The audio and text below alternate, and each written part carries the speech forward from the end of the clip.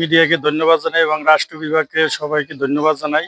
বিষয়টি আমরা অবিশ্বাসযোগ্য ছিল। সপ্তাহ পরে আমার বাবাকে কাছ পেয়ে আমার অনেক ভালো লাগতেছে।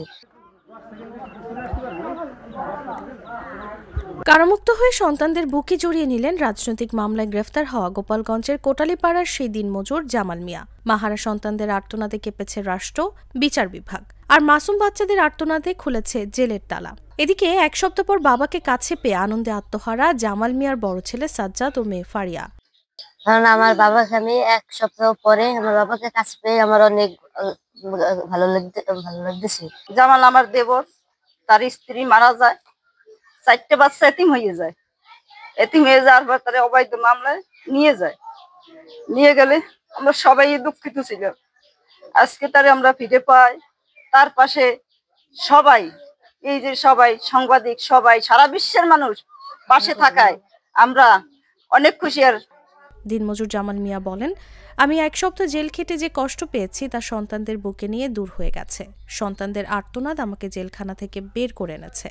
গতকাল 14 তারিখ গোপালগঞ্জ কারাগার থেকে মুক্তি পেয়ে নিজ বাড়িতে আসার পরে আমার 3 কন্যা, 1 ছেলে সাজ্জাদ, আনিশা, ফারিয়াকে পেয়ে আমি খুবই আনন্দিত। তাকে এখন আমি বুকে জড়িয়ে ধরে আমার খুবই ভালো লাগবে। জাগো নিউজের সংবাদ প্রকাশের পর গোপালগঞ্জের সেই দিনমজুর জামাল মিয়ার জামিন দেন আদালত।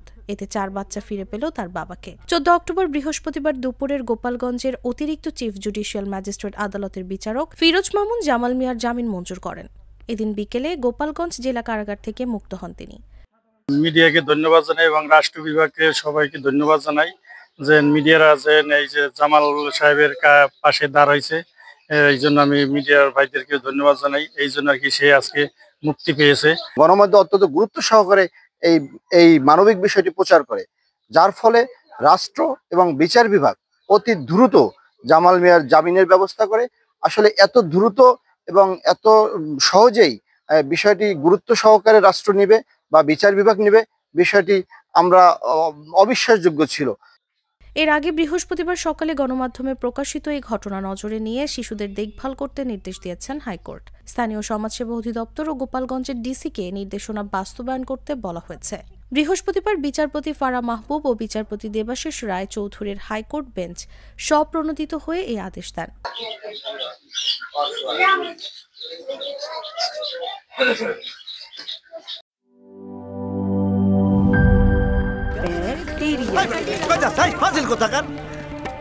দেখছেন ভিক্টোরিয়া ভিলাকে ব্যাকটেরিয়া ভিলা বানায় ফেলেছে। বলবেই তো, আপনি তো বাড়িতে ব্যাকটেরিয়ার চাষ করেন আর বাড়ির সবাই মিলে তাই খান। মানে অস্বাস্থ্যকর পানির ট্যাঙ্ক বদলে নিয়ে আসুন সেরা ওয়াটার ট্যাঙ্ক। সেরা ওয়াটার ট্যাঙ্ক অ্যান্টিব্যাকটেরিয়াল অ্যাডিটিভ যুক্ত সেরা ওয়াটার ট্যাঙ্ক বিশুদ্ধ পানিতে ব্যাকটেরিয়া জন্মাতে দেয় না। কি বুঝলেন? বুঝলাম, সেরা হলো ব্যাকটেরিয়া মুক্ত দীর্ঘস্থায়ী ওয়াটার ট্যাঙ্ক। সেরা ওয়াটার ট্যাঙ্ক, ব্যাকটেরিয়া মুক্ত দীর্ঘস্থায়ী ট্যাঙ্ক।